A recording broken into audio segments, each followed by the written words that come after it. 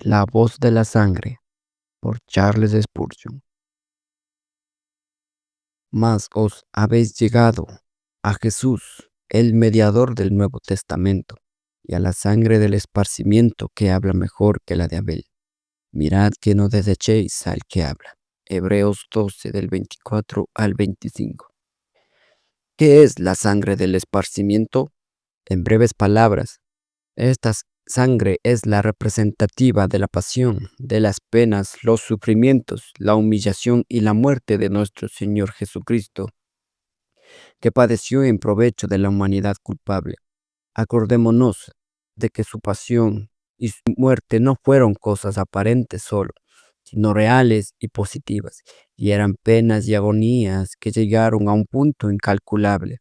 La redención de nuestras almas costó sufrimiento indecible hasta la muerte, y muerte de cruz costó a nuestro Señor sudor de sangre, corazón quebrantado por reproches y especialmente la agonía causada por sentirse abandonado por el Padre, hasta exclamar: Dios mío, ¿por qué me has abandonado? El mediador sufrió la muerte bajo los aspectos peores, sin ninguno de aquellos consuelos que, en los casos de otros hombres piadosos, se suministran por la bondad y fidelidad de Dios. Su muerte no fue una muerte natural, sino una muerte tanto más penosa cuanto fue agravada al caso por circunstancias sobrenaturales que aumentaron hasta lo infinito la agonía. Esto es lo que entendemos por la sangre de Cristo, por la sangre del esparcimiento, a saber, sus sufrimientos terribles y la muerte de expiación. La sangre del esparcimiento es el punto central de la manifestación divina bajo el Evangelio. Notemos su lugar importantísimo en el pasaje que meditamos. Tenemos el privilegio, por la gracia divina, de acercarnos espiritualmente primero al monte de Sión, subir sus pendientes y colocarnos en la altura santa y entrar a la ciudad de Dios vivo, Jerusalén la celestial. En sus pavimentos de oro vemos una compañía innumerable de ángeles que rodean el sagrario. Qué visión de gloria, pero no debemos parar aquí, porque la gran asamblea general, la reunión festiva, la convocación solemne de los alistados en los cielos se está celebrando, hallándose todos allí ataviados de regocijo, rodeando a su Dios y Señor. Penetremos hasta el mismo trono, donde está sentado el juez de todos, rodeado de aquellos espíritus puros que han lavado sus ropas y por lo tanto están ante el trono de Dios hecho perfectos. ¿No hemos avanzado mucho ya? ¿No estamos ya admitidos en el mismo centro de la revelación? Todavía no. Otro paso más y estamos frente a frente con el Salvador, el mediador del nuevo pacto. Aquí se completa nuestro gozo, pero debemos contemplar un objeto más allá. ¿Qué hay en ese sagrario de más adentro? ¿Qué es aquello que está escondido en el lugar santísimo? ¿Qué es aquello que es lo más precioso, de mayor valor que todo o supremo en toda la revelación de Dios? La sangre preciosa de Cristo, como de un cordero sin mancha y sin contaminación. Primera de Pedro 1:19. La sangre del esparcimiento. Esto es lo supremo. Es la verdad más profunda de la dispensación de la gracia en la cual vivimos.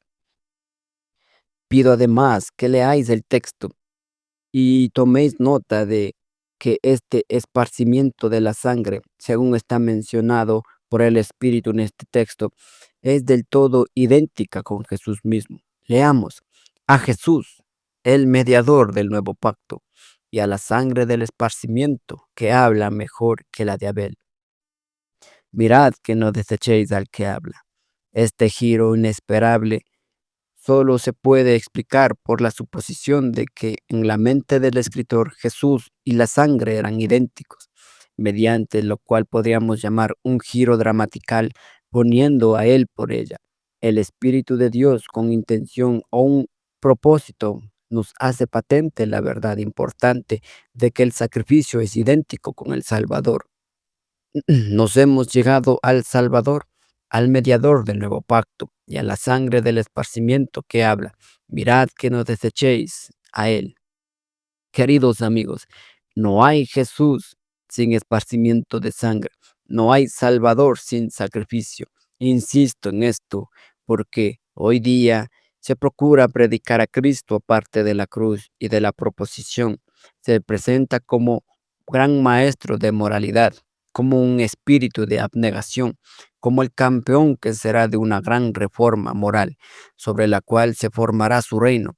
Aún se sugiere que a este reino no se le ha dado la importancia debida por haberlo impedido la cruz.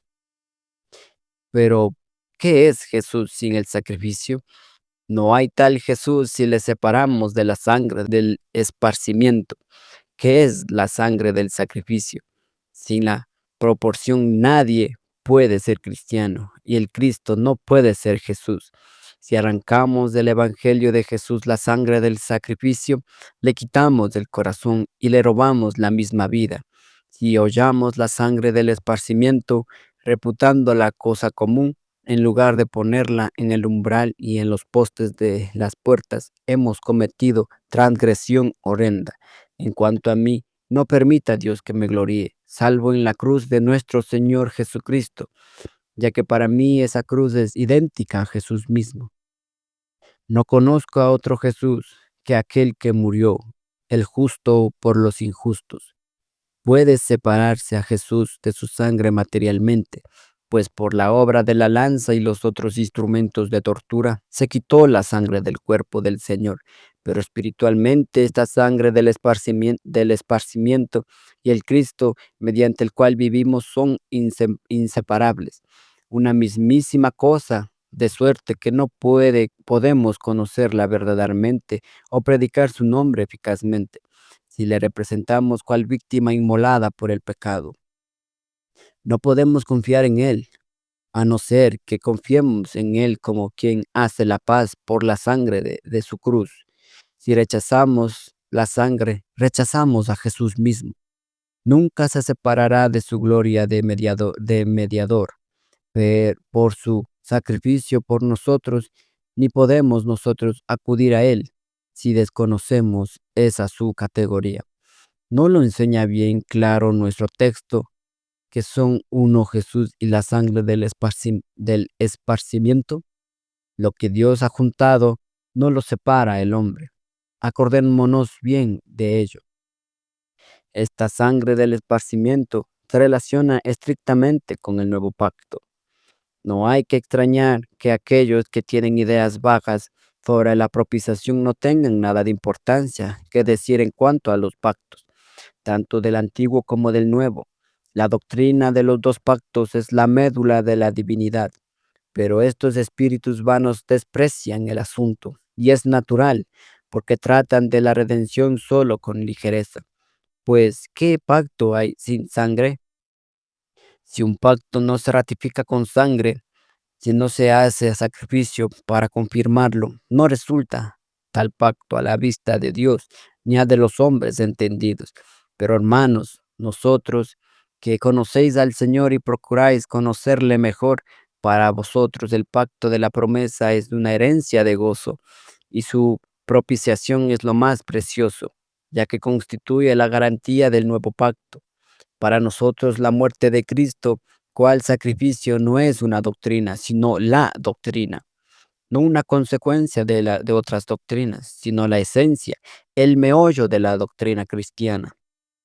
Para nosotros, Jesús, en su obra redentora, es el alfa y el omega, el principio y el final, porque en él el pacto principia y acaba. Sabemos que se confirmó con sangre. Si se trata del pacto humano, es válido. Si se ratifica, es válido. Pero este es el pacto de Dios, confirmado por promesas y juramentos y sangre, y permanece en vigor para siempre. Cada creyente tiene tanto interés en este pacto como Abraham, el padre de los creyentes, porque el pacto se hizo con él y su simiente espiritual, siendo confirmado en Cristo para toda esa simiente y para siempre por su preciosa sangre. Pero quiero que notéis que, según el texto, la sangre es la voz de la dispensación nueva. Acordaos de que en Sinaí hubo el sonido de la trompeta y la voz de las palabras, la cual los que oyeron rogaron que no se les hablase más. Así es que en la nueva dispensación también esperamos que una voz hable y no llegamos a ninguno hasta hallar el último objeto en la lista y vemos allí la sangre del el esparcimiento que habla. Aquí pues tenemos la voz del Evangelio. No se trata de un sonido de trompeta ni de palabras emitidas con majestad espantosa, pero la sangre habla y por cierto, no hay voz más penetrante, más potente, más constante. Dios oyó la voz de la sangre de Abel y visitó a Caín con castigo correspondiente a su crimen por haber matado a su hermano. Y la sangre preciosa de Jesucristo, el Hijo de Dios, clama a los oídos de Dios con voz que siempre se oye.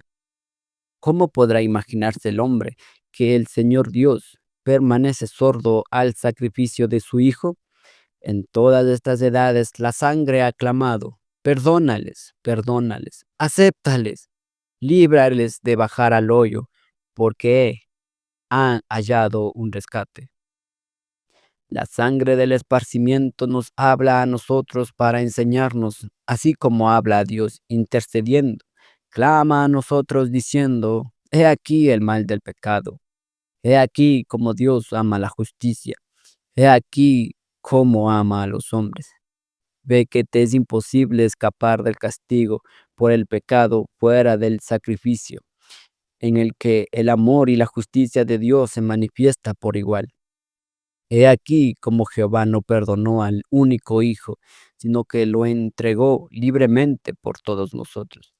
Qué voz la de la reconciliación, voz que aboga por la causa de la santidad y del amor, de la justicia y de la gracia, de la verdad y de la misericordia.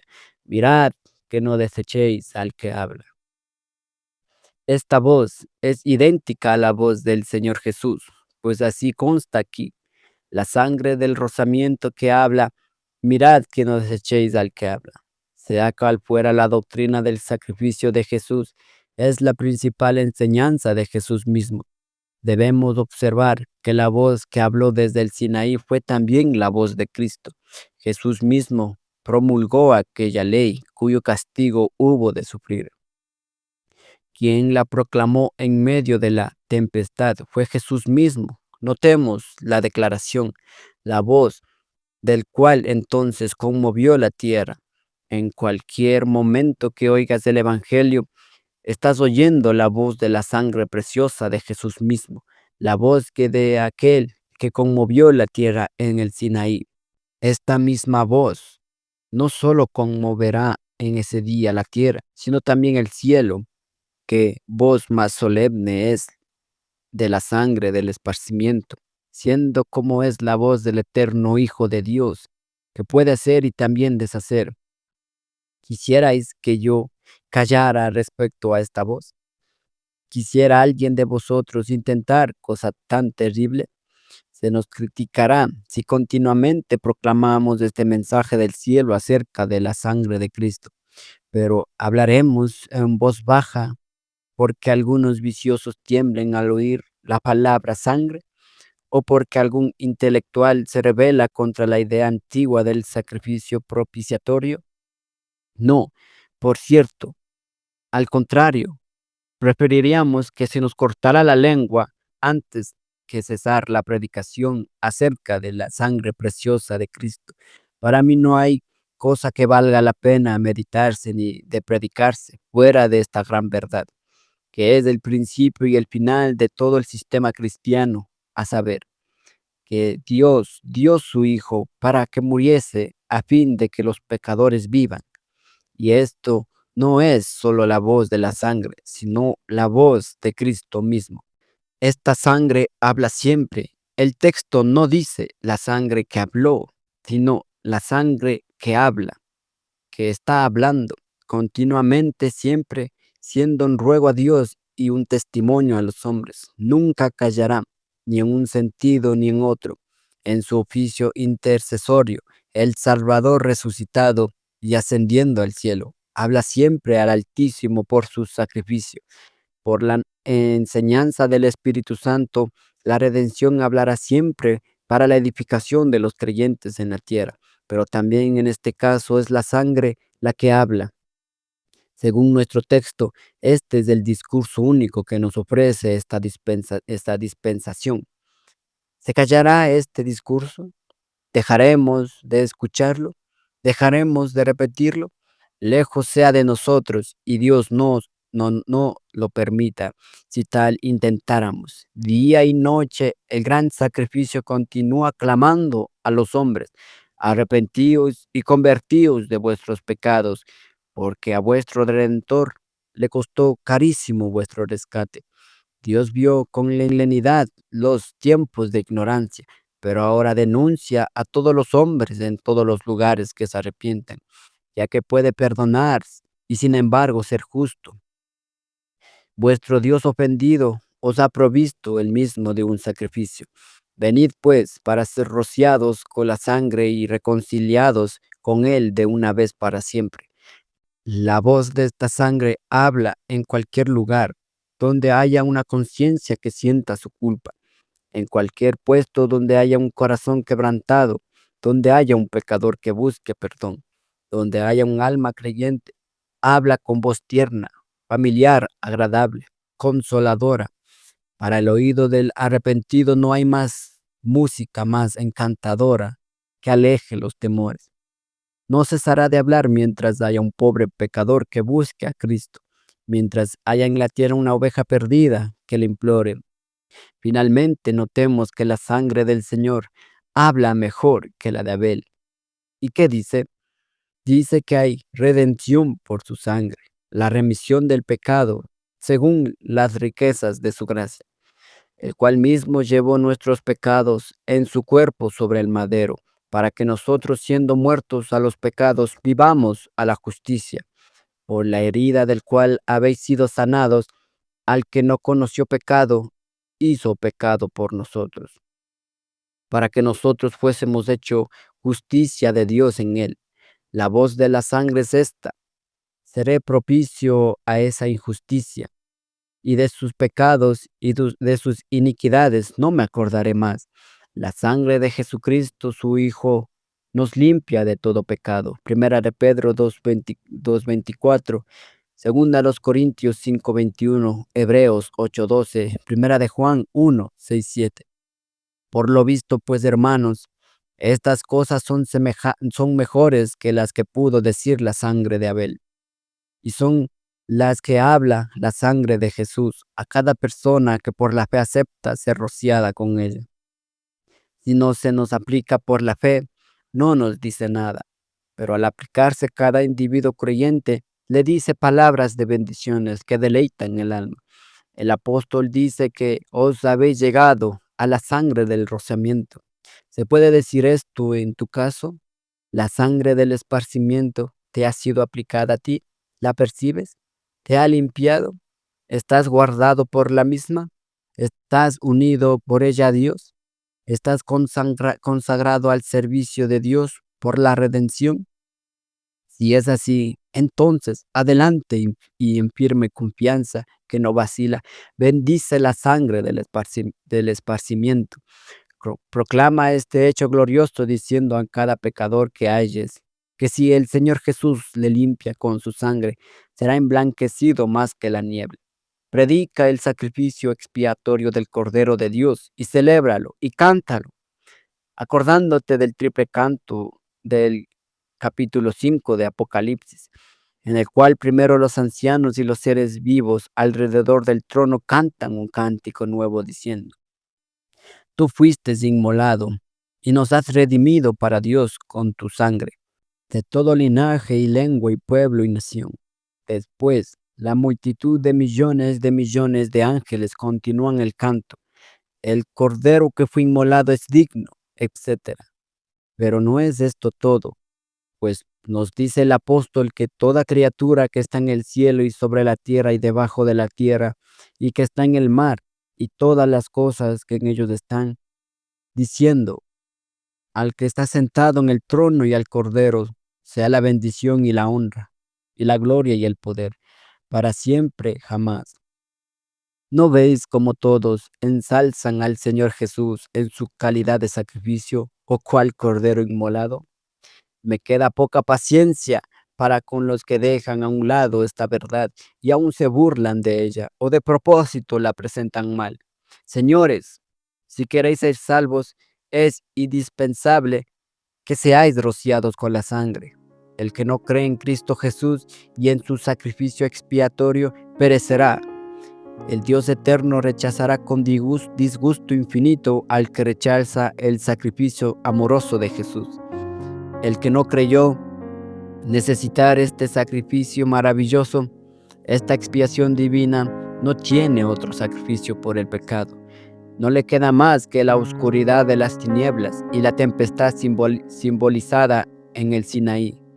Los que rechazan la expiación ideada por la sabiduría eterna provista para los hombres, por el amor eterno y aceptada por la justicia eterna, éstas han firmado ya su sentencia de muerte, y nadie se maravillará de que se pierdan sus almas.